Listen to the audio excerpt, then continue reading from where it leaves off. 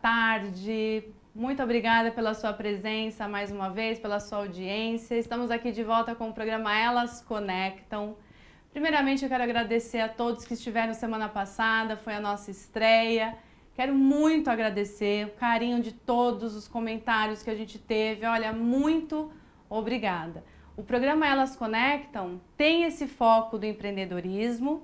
Então a gente vai trazer sempre vários temas bacanas, várias histórias de empresas, de empreendedores. A próxima história pode ser a sua, por exemplo. Então venha com a gente, faça lá a sua pergunta no direct, lá do @elasconectam, lá no Instagram, que a gente vai ter o maior carinho de te responder. E hoje, para abrir esse nosso segundo programa, a gente vai ter um tema muito bacana, que está sendo muito comentado no mercado corporativo, que é o neuromarketing. E não poderíamos deixar de convidar um especialista, uma sumidade no assunto, que é o Henrique Akiba. Ele é diretor do IBN Brasil, Instituto Brasileiro de Neuroeconomia e Neuromarketing. Além disso, ele é doutor em Psicologia Experimental da USP, chefe de pesquisa e diretor do IBN, como eu falei, e ele realiza estudos na área de psicofisiologia cognitiva e afetiva e prevenção em saúde mental na Arte de Viver Brasil. Henrique, muito obrigada pela sua presença, é um grande prazer ter você aqui com a gente. Prazer é todo meu, Dani, muito obrigado pelo convite, né? Espero que seja um momento bem útil para os nossos espectadores. Que bom, vai ser muito, né? E assim, para a gente começar falando desse tema, o que é neuromarketing?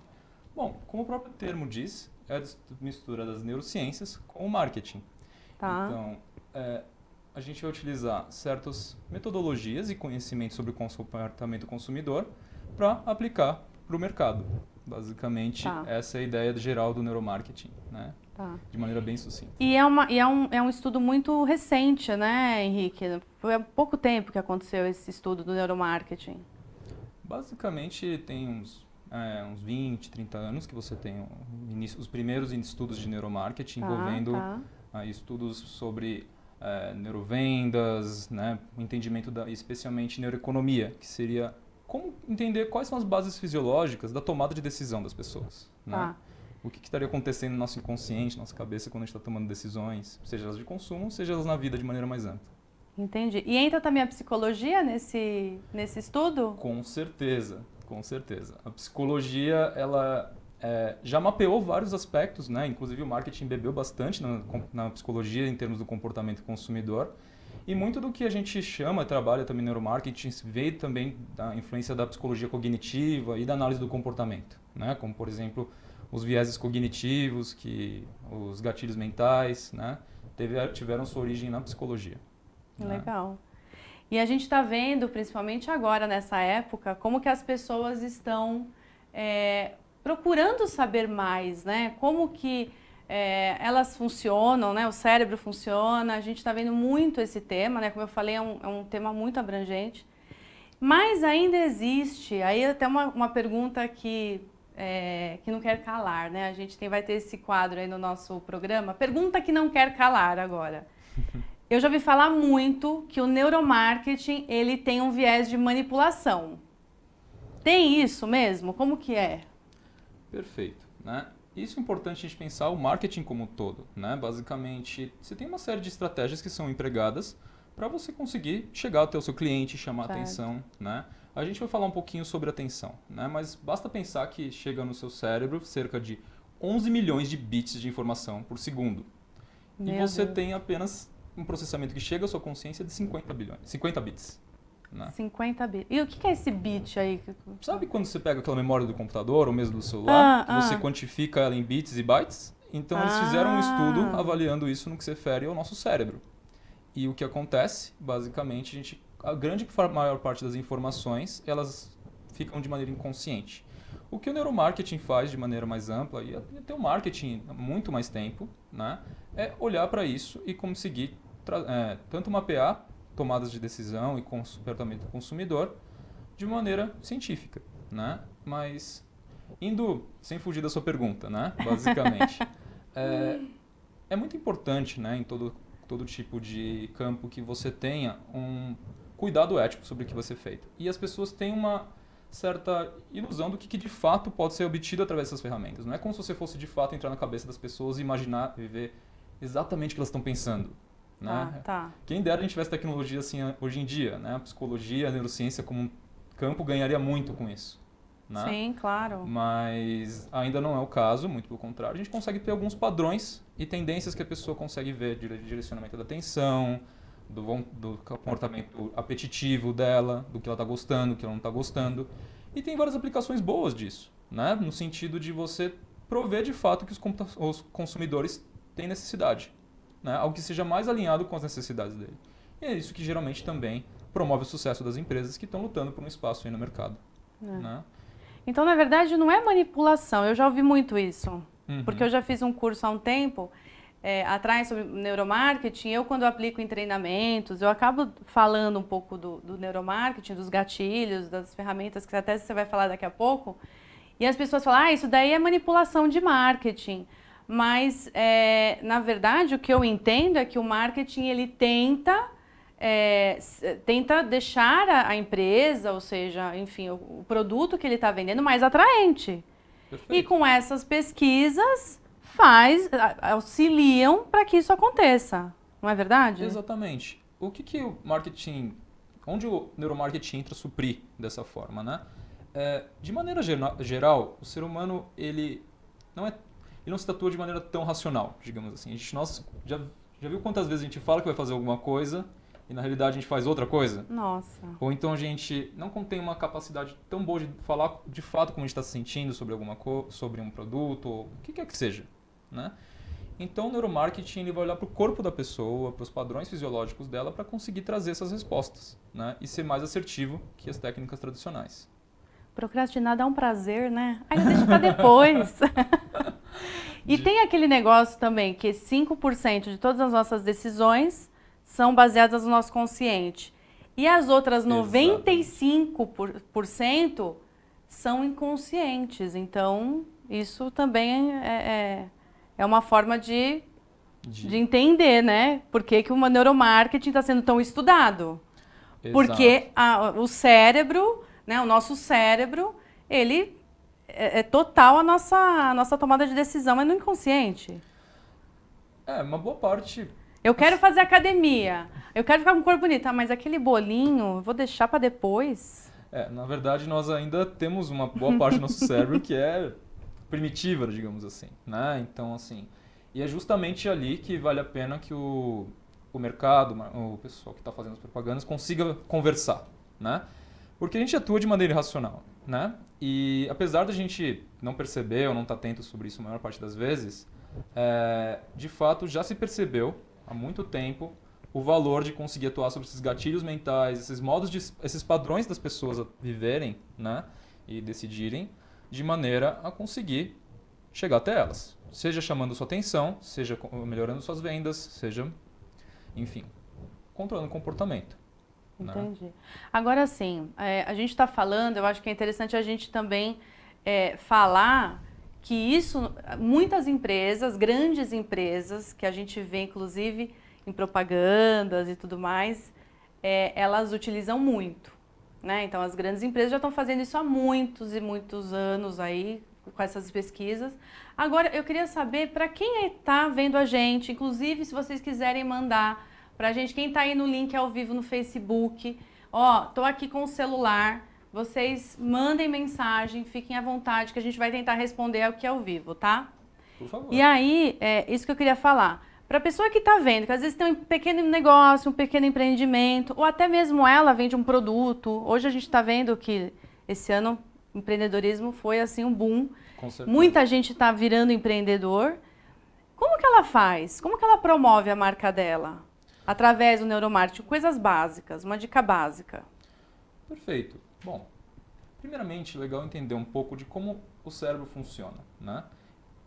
A nossa tomada de decisão, a nossa maneira de lidar com as coisas, geralmente são muito custosas ao cérebro humano. Então a gente tende, uma vez que tomar uma decisão, manter ela. Então o primeiro ponto é, uma vez que você conseguiu fidelizar o cliente, é muito comum que ele comece a procurar mais informações sobre isso. Né? Então, vale a pena você investir, porque uma vez que o cliente você fidelizou ele, né, o branding de fato funciona, né? Então ele tem uma tendência maior a falar mais, se tornar um promotor da sua marca. E ao mesmo tempo, se você... Uma questão muito simples, você acaba frustrando ele por alguma coisa que às vezes nem é tão controlável, pode gerar uma série de questões negativas, né? Como ele pode falar mal, e mudar de ideia é uma coisa que é muito custosa também em termos mentais, né? Outro aspecto que pode ser interessante para a gente colocar em mente, né? Por exemplo, no que se refere a vendas, né? O que será que vende melhor? Você ter 35 produtos no seu cardápio de escolhas ali, ou você ter 5 produtos?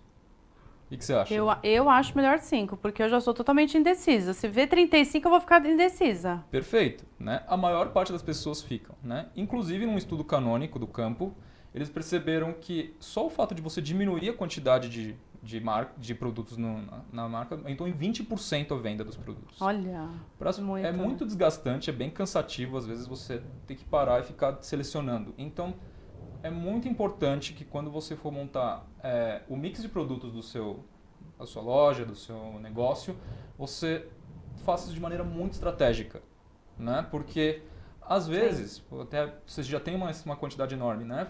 Fala com especialistas, né? Tenta fazer, por exemplo, um catálogo que divida eles em áreas diferentes e em categorias diferentes. Isso facilita. E é muito comum também em alguns sites, por exemplo, desses softwares as a service, né? Que você contrata uma assinatura de um software. Software as a service. Isso. Tá. Né? Os SaaS. Os SaaS. Isso. SaaS. Né? Eles já meio que deram um empurrãozinho para te ajudar na escolha. Por exemplo, esse aqui é a opção mais escolhida, né?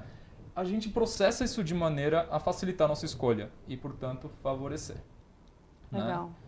Né? Nossa, cada dica boa, né? Então, assim, é exatamente isso. Eu acho que às vezes as pessoas querem começar já a fazer um monte de coisa. Foca, faz um portfólio menor. Às vezes é melhor dessa forma. A gente às vezes começa direcionando melhor. Assim você vai direcionar melhor para o seu público. Ele não vai ficar indeciso e vai vender, vai comprar mais, né? Perfeito. Você melhora a sua experiência de compra. É bem complicado em termos de manejo de estoque, né? E você perde competitividade quando você tem um cardápio muito grande, digamos assim. Sim. Então, de fato, pode ser um tiro no pé se você ter muitos produtos dentro do material. Isso foi provado na literatura várias e várias vezes, né? E para todos os negócios, né? Assim, seja um restaurante que às vezes tem um cardápio gigantesco, como que você vai ter tudo aquilo, né? De insumo. Eu já já fiz consultoria em restaurante, eu sei como que é. Loja de roupa também, não dá para você, né, pegar todos esses públicos. Dá vontade da gente querer pegar todos, mas não dá. Olha, gente, Henrique, o papo tá ótimo. E a gente agora só vai para um rápido intervalo. Espere a gente no bloco 2, não sair daí. Até lá. Até mais.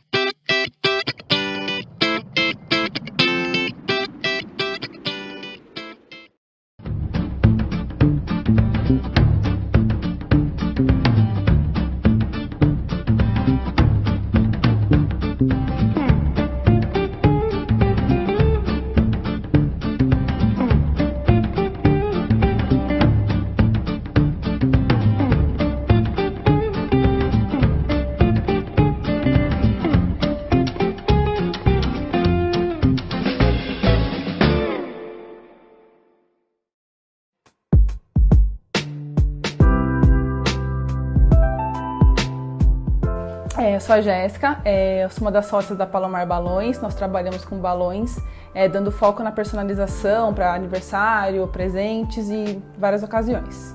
Na verdade, a gente nunca teve medo, né? Acho que o nosso diferencial é a coragem. Minha dica é não tenham medo e acreditem que o sucesso ele vai acontecer. Pode demorar, mas ele acontece. Olá! Você conhece o vídeo estilo whiteboard? Se não conhece, eu vou te apresentar agora. Sabia que só na Web Rápida você pode contratar um vídeo super profissional como este a partir de R$ 49,90?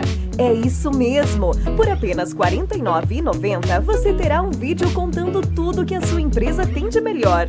Faça como vários e vários clientes felizes espalhados por todo o Brasil. Web Rápida, uma galera apaixonada por resultados e desafios.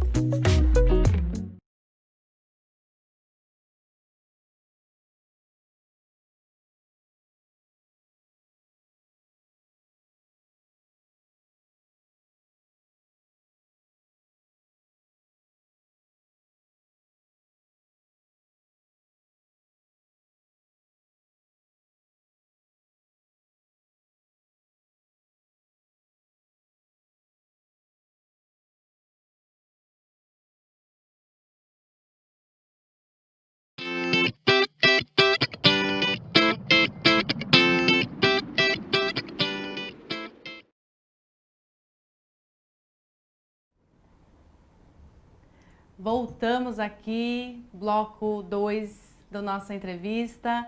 E olha só, falei que eu estaria aqui no Facebook, ao vivo, e eu estou vendo já algumas pessoas fazendo alguns comentários. Quero agradecer a Cláudia Márcia Andrade, aqui da Oliva Requinte. Obrigada, Cláudia, pelo excelente vaso que você deu pra gente hoje. Rei Brás Decorações, muito obrigada pela sua audiência. A Juma, olha só que legal que a Juma fez uma pergunta aqui, ó. No campo da neurociência, tem cores que são mais atrativas para o cliente? Sim, na prática você tem, por exemplo, não é à toa que certas marcas usam o vermelho para trazer um caráter mais apetitivo, né, para os seus lanches, né? Cores pastéis tendem a ser um pouco mais suavizantes em termos de deixar a pessoa um pouco mais no nível mais tranquilo. Isso tem um efeito sobre as emoções muito importante. Né? Então, mas aí você falou dessa cor vermelha. Uhum. Tem uma rede de fast food que saiu dessa cor, que era, todo mundo acho que deve saber qual que eu estou falando, que era vermelha e laranja, e agora ela está toda mais indo para um ramo mais premium, indo para uma cor mais escura. Como que é isso? Qual que será então que é a estratégia dela? Bom, eu não sei exatamente.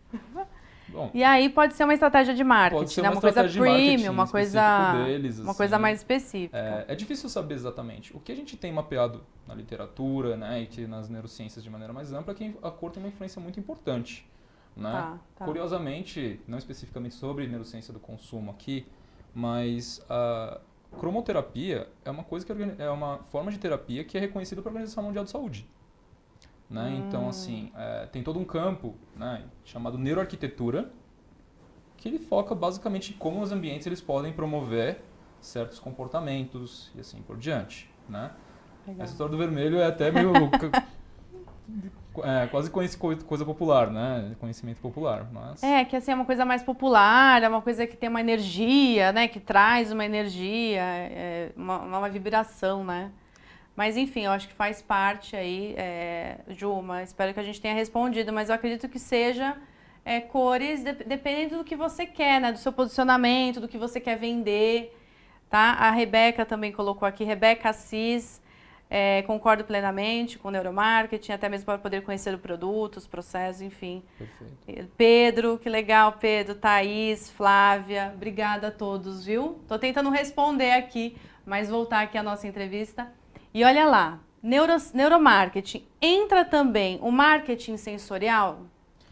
Bom, são essa nova gama de áreas que estão preocupando com o comportamento, que estão associadas, por exemplo, à percepção. Então, pode-se dizer que sim, alguns vão dizer que sim, outros vão dizer que não, né? Mas, de fato, é uma área correlata. Né? Tá, tem uma relação. Com certeza. Tá. Né? Então, um campo mesmo da neurociência que é muito estudado é a área da percepção. E... indo para esse campo, né, a gente tem diversos estudos e aqui dicas boas e práticas de como você pode utilizar essas ferramentas, né, ou mesmo esses estudos que já foram mostrando para a gente os 5 sentidos para apoiar a sua marca, por exemplo. Vocês já devem ter ouvido falado ou com certeza passado no shopping, sentido o cheiro de aquela marca de sapatos, por exemplo, que é totalmente marcante. Sim, né? sim. E não é à toa isso, né? Se você pensar que o nosso cérebro ele foi evoluindo, o olfato ele tem uma via mais direta de todos os sentidos para o cérebro, saindo sem passar pelo tálamo sensorial e indo direto para o córtex cerebral. Então, assim, e passando por regiões relacionadas à emoção. Então, você consegue promover, se for uma associação positiva com o cheiro da sua marca, isso já foi reconhecido por várias grandes marcas aqui, por exemplo, relacionadas a cosméticos, perfumes ou mesmo joias, sapatos e assim por diante, ou comida, né? Quando tem um cheiro muito característico, isso tende a criar uma memória afetiva que ajuda você a consolidar essa associação positiva com o consumidor. De outra forma, né? Se acontecer alguma coisa ruim, ele associar isso de maneira negativa, é muito ruim, claro. Né? Digamos assim. Em termos do tato, quando você estiver fazendo uma negociação, né, você colocar o cliente, né, numa poltrona mais confortável, né, ele de maneira inconsciente, né, já tende a entender que está numa situação mais aberta, mais confortável, mais acolhedora, né? E isso favorece que você consiga ter uma relação para favorecer negociações e assim por diante, né? Que mais? Essa dica é muito boa, hein? Bebidas... Muito boa. Perfeito, porque assim, até tem um professor lá do Instituto que ele é professor de neurovendas, basicamente, né? E ele sempre fala, né? Na minha empresa, a gente trabalha aqui, basicamente o cliente ele senta na poltrona mais confortável, né? E o Brasil é um país quente também, né? Sim, então, assim, é muito comum que bebidas quentes, elas estejam associadas a um maior calor humano. Então, às vezes, aquele cafezinho que custa nada, né? Pode fazer uma grande diferença numa negociação. E assim, como eu disse, o país é um país quente. Dá café, às vezes a pessoa está no calor de 30, que nem nos últimos dias aqui, né? A pessoa vai dizer não. Então você dá uma água e depois dá o café. Claro. Né? Então, mesmo quando você... E também é legal você controlar o ambiente, né? Tem vários e vários estudos mostrando, por exemplo, como o ser humano associa, né? Memórias e também situações com um efeito chamado priming, né? Priming sensorial. E coisas muito sutis acabam mandando mensagens que ele utiliza para tomar decisões.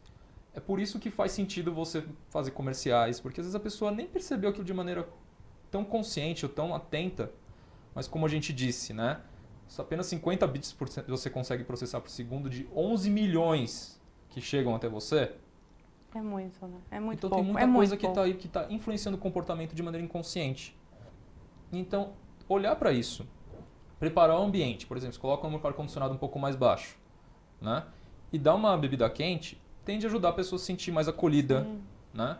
Porque somos seres sociais, né? E o nosso cérebro ele foi moldado a entender certos padrões que quase de maneira inconsciente e a partir disso chegar à sua consciência somente aquilo que é mais importante. Só que muitas vezes o cérebro até já meio que praticamente decidiu por você, né? E você vai tomar essa decisão. Né? Outro ponto interessante. Então a gente falou do olfato, do tato, do paladar. Perfeito. Tá faltando a visão, faltou a visão. E a visão? Um ponto muito interessante, né? Você, por causa dessa questão chamada priming, né? Então às vezes você tem um comercial, alguma coisa muito simples, que a pessoa nem percebeu de maneira consciente, pode ajudar ela a tomar a decisão e comprar depois. Mesmo que seja dias depois, horas depois, minutos depois. Então, assim, até um cuidado que a gente toma na hora de fazer pesquisa é que a sala seja o mais neutra possível, para evitar esse tipo de influência, né? Agora na sua loja, por que não? E o som, né? Falta o último, né? Falta o som. Vocês já perceberam que quando você entra nas lojas de departamento, cada uma tem uma música, uma que são mais agitadas, outras que são mais lentas, devagar. Supermercado, né? Que usa bastante. Uns que não, mas um que usa bastante. Perfeito. Acho que as pessoas sabem. Que lugar que deixa a gente feliz, né? Que até usa aquele jargão, né? Seja feliz. Exatamente. Esse é o ponto. Utiliza até isso, né? A felicidade, cliente feliz, enfim. Percebe que é muito mais do que a palavra em si, felicidade, ou só a frase, o slogan, é muito pouco. Dá para ser ir muito além, né? Digamos assim. Propiciar uma experiência completa para a pessoa, né? O próprio Igor ele fala, né? Nós com os vendedores estamos provendo emoções positivas, as melhores emoções para os clientes através dos nossos produtos, né? Então assim, ter uma perspectiva ética, ter uma perspectiva de fato de promover isso tende a fidelizar o cliente. Mas voltando um pouco para a questão do som, só para finalizar esse raciocínio, né? É importante eu ter na minha estratégia saber que tipo de experiência eu quero trazer para o cliente. Se meu produto é mais caro e eu quero que o cliente fique, toque, né, consiga ter uma experiência mais completa, então é melhor colocar uma música mais lenta, mais clássica. Se eu tiver, por exemplo, aqueles restaurantes que eu quero promover uma experiência muito mais do que, sinceramente, só uma comida, né? Então, que elementos eu posso usar para ajudar isso? Por exemplo, colocar uma música típica, fazer decoração nesse sentido.